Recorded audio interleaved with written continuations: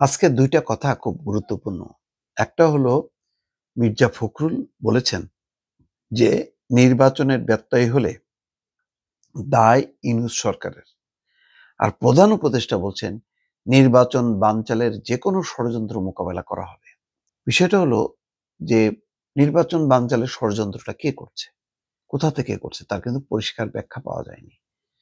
এখন পর্যন্ত নির্বাচনটা ফেব্রুয়ারি মাসে যেটা হওয়ার কথা, সেটার ব্যাপারে মুখে, মুখে সবাই বলছে যে ফেব্রুয়ারিতে তারা নির্বাচন চায়। কিন্তু অনেকগুলো শর্ত। তার মধ্যে সংস্কার, বিচার, গণভোট এই চ্যালেঞ্জগুলো সরকারের সামনে। এখন সরকার কিভাবে করবে? কোন পথে যাবে? সরকার যদি ঐকমত্য কমিশনের সুপারিশ শুনতে চায় বা বিএনপির বাইরে অন্য দলগুলোর কথা শুনতে চায়, তাহলে গণভোটের আয়োজন নভেম্বর মাসে বা ডিসেম্বরে। তাহলে এত বড় ভোটের আয়োজন নির্বাচন কমিশনে এই মুহূর্তে করা তার পক্ষে সম্ভব কিনা? কেন নির্বাচনের দিন একই সঙ্গে গণভোট হবে না সেটারও কোনো ব্যাখ্যা নেই।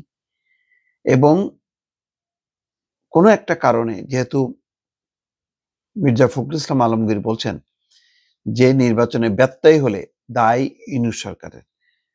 এর কারণ হচ্ছে ঐকমত্য কমিশন শেষ পর্যন্ত যেই সুপারিশ দিয়েছে তাতে বিএনপির নোট অফ ডিসেন্ট নেই।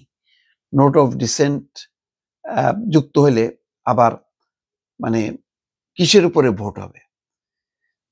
যে ৮৪টা সাবজেক্ট, সেই সাবজেক্টের কোনো বিষয়ে দ্বিমত আছে, বিএনপির দ্বিমত আছে, সংশোধনী আছে।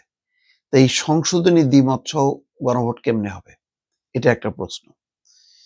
তো আবার গণভোট নির্বাচনের দিন অথবা আগেও হইতে পারে।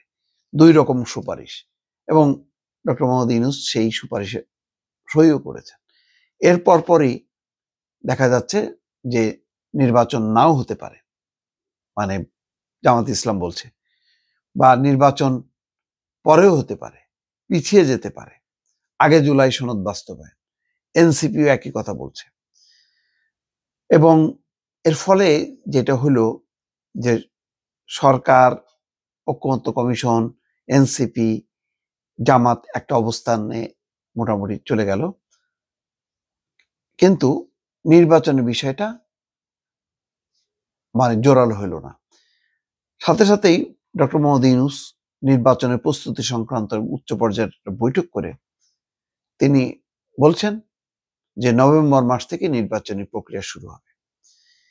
কিন্তু নির্বাচন বানচালের ষড়যন্ত্র মোকাবেলা কেন বলছেন? বলছেন জাতীয় নির্বাচন বানচালে ভেতরের এবং বাইরের যে কোনো ষড়যন্ত্র মোকাবেলায় ভেতরে তাহলে কে করছে, কারা করছে, আর বাইরে থেকে কারা করছে? আজকে শেখ হাসিনা একটা দাবি করেছেন যে আওয়ামী লীগকে নির্বাচনের সুযোগ না দেয়া হলে আওয়ামী লীগের ভোটাররা এই নির্বাচন বয়কট করবে।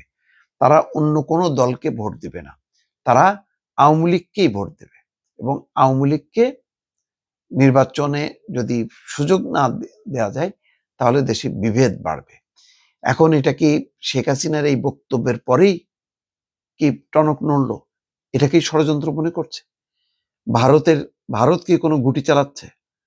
নাকি আভ্যন্তরীণভাবে যারা এখন বলতেছে যে নির্বাচন পিছিয়ে যেতে পারে, পরে হতে পারে, আগে সংস্কার, আগে বিচার, তারপরে নির্বাচন, সেটাকে ইঙ্গিত করছে?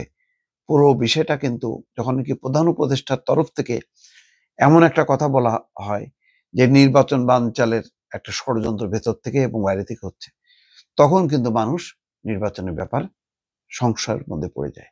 এখন সম্ভবত সেই সংশয়ের রাস্তাটা আরো জোরালো হলো দর্শক।